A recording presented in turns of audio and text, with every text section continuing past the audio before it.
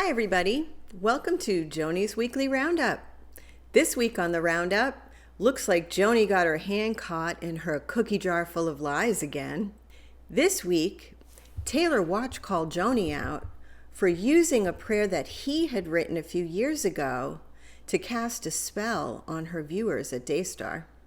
On her show with Catherine Crick, Joni stated that a very dear friend and a well-known, renowned prophetic voice had shared this prayer with her and told her to pray it aloud with her viewers. Well, the author of this prayer, Taylor Welch, came forward this week with both a video and a written statement in response to Joni Lamb's use of his prayer. Let's read what he has to say. I didn't send this to Daystar, but keep in mind, this prayer is not about other people. It is not to hurt people.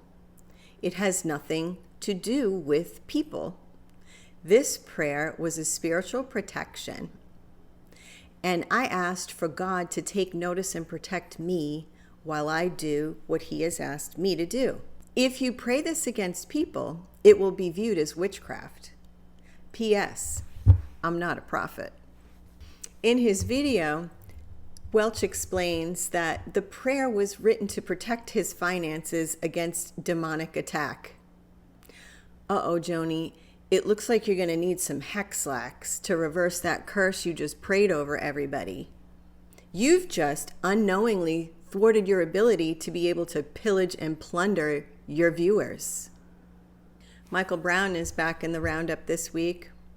The third round of allegations have come out against him, and this time, not about his own abuse towards others, but about covering up the abuse of two ministers. The two pastors that Brown is representing ran an orphanage in Haiti under the umbrella of Globe Ministries. Brown oversaw these ministry monsters as they systematically molested and SA'd almost all of the children under their care in this orphanage. One of the ministers preferred the little boys, and the other man preferred the girls. It has been reported that the wife of one of the ministers actually walked in on him as he was assaulting a 9-year-old orphan. When the wife was confronted by a fellow church member, she said, I'm just going to pray and stay and try to work it out. As the abuse of these children came to light, the families that had adopted these young children came forward to Globe Mission to warn them about the abuse that had happened to their children and that there needed to be disciplinary action taken against these pastors that perpetrated this abuse. It was reported by Laura-Lynn last night on her program that one of the men was taken out of his position for a period of time, but shortly thereafter placed back as the head of the orphanage there in Haiti. Well, as Globe Mission realized they had a PR issue on their hand, they called on none other than Dr. Michael Brown to come in and save the day, because what they needed was healing and restoration. They knew that as they were seeking healing and restoration, Dr. Michael Brown would be the perfect person to help lead and guide them through that. But the healing and restoration was not towards the children that had been sexually assaulted by these ministry wolves, but the restoration were for the wolves themselves, to be able to heal them and restore them back to their places of leadership within the organization. On her show last night, Laura-Lynn hosted two of the mothers that adopted children from this orphanage, as well as one of the grown children that had been an orphan there from the age of 5 on. She discussed her experiences with these ministry leaders and the abuse that she suffered at their hands. Although you might think this would surely end Dr. Michael Brown's career as the Line of Fire podcaster and defender of every wolf in the pulpit, it didn't.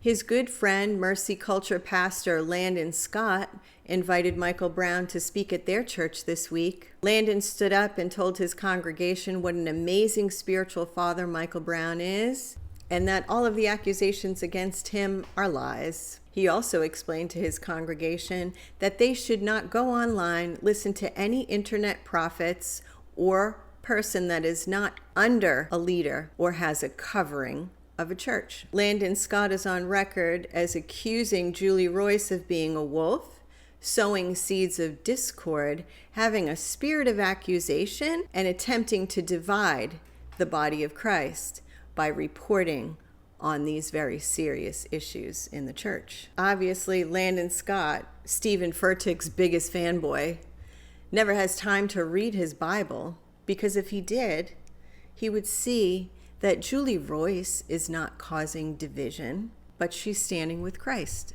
Let's see what he has to say. Matthew 10. Do not think that I came to bring peace on the earth. I did not come to bring peace, but a sword.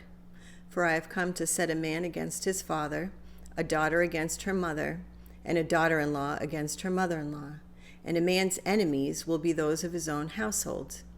He who loves father or mother more than me is not worthy of me, and he who loves son or daughter more than me is not worthy of me. And he who does not take up his cross and follow after me is not worthy of me. He who finds his life will lose it, but he who loses his life for my sake will find it. In other Daystar news, Jonathan Lamb released payroll records to Julie Royce this week, dating from 2021 to 2023. These reports included all of the payroll information for the employees there at Daystar during that time, including the Lamb family, as well as the newest member of the Lamb family, Doug Weiss. Doug is reported as being paid $100,000, and his job description is listed as consultant. The other Lamb family members are listed as all receiving over $100,000, with the exception of Susie Lamb. Upon learning that Julie Royce had this information, Daystar sent her a scathing email demanding that she not report on any of the information that Jonathan had given her. To which Julie Royce replied, "Breaking news, Joni just gave herself a 140% pay raise." That's right. You heard it right. In 2021, Joni Lamb gave herself a 140% pay raise, according to reports by family counselor Denise Boggs.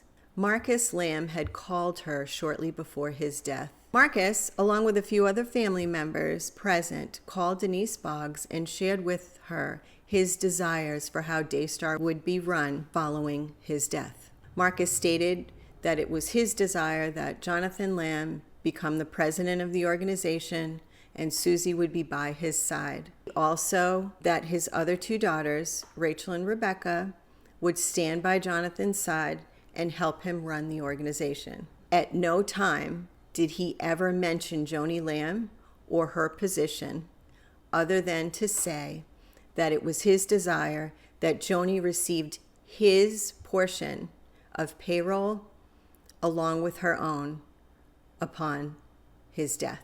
Knowing all of that information, we look back and we see Joni standing over her husband's casket, placing her final rose there as he lays to rest, running home, calling her dearest friend Doug Weiss and having a 19-hour phone call, and marching herself into Daystar and giving herself a 140% pay increase, while she steals another woman's husband and then runs Jonathan and Susie over with her bachelorette party bus.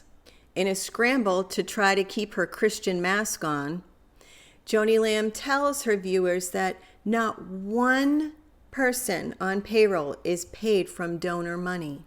It all comes from the broadcasting side of the business.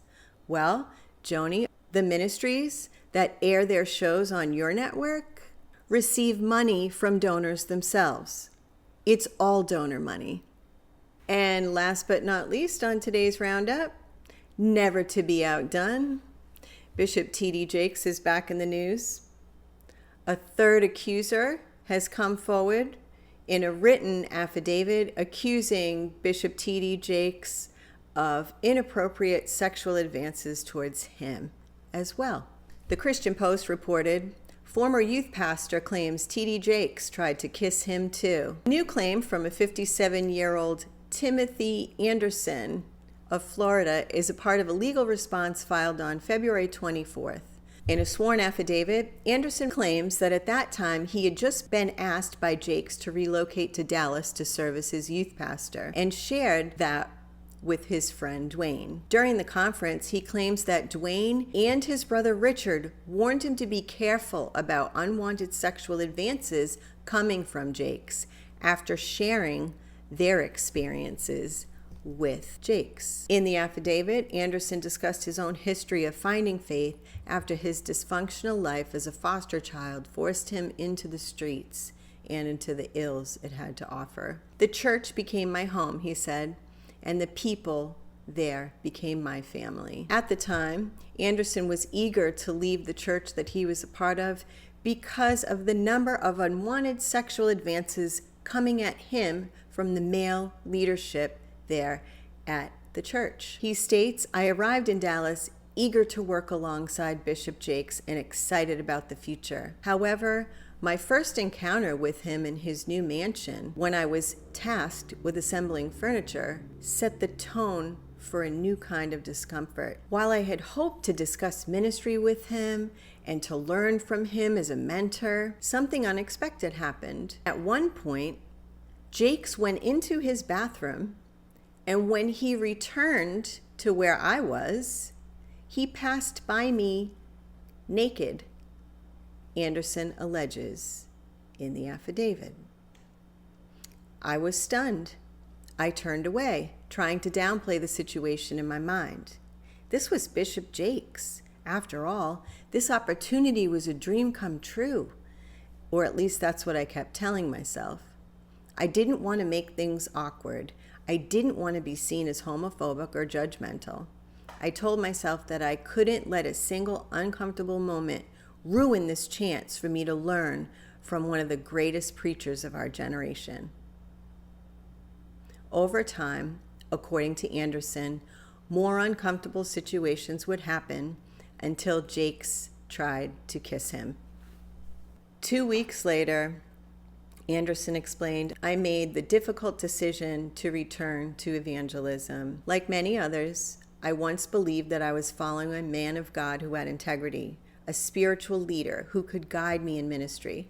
I was willing to uproot my life, move my family, and dedicate my time and effort to serving in Jake's ministry. What I discovered was not the man I thought I was following.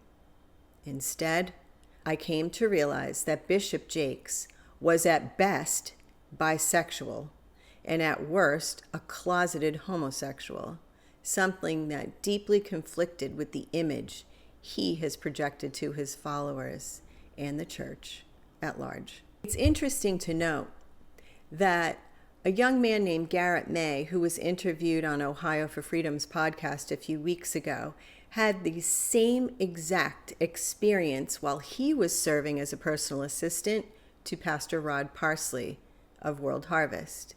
Garrett states that he was assisting Pastor Rod while he was preparing to preach, and while Garrett was there, Pastor Rod went into the bathroom to take a shower and walked back out and stood in front of him completely naked. Sadly, Garrett had his spiritual life completely upended and ended up walking away from ministry and his faith for a long time. These patterns of behavior are purposeful, and they're called grooming. Many of the well-known ministries of today are drowning in a sea of perversion as they plunder and pillage the inheritance of Christ.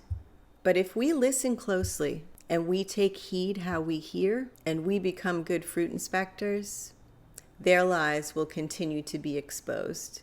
Their abuse will continue to be exposed. As we stand in solidarity with our brothers and sisters that have been abused at the hands of these wolves, the Holy Spirit will continue to upend their ministries and hold their feet to the fire of his judgment.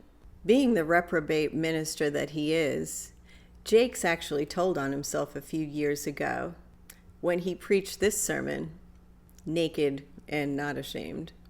Well, that's it for this week's Roundup. And as usual, Joanie's rodeo clowns are going to be very busy cleaning up the ever-growing pile of filth that is left in the wake of these apostate ministers and ministries. Have a great day. We'll see you next time. Bye-bye.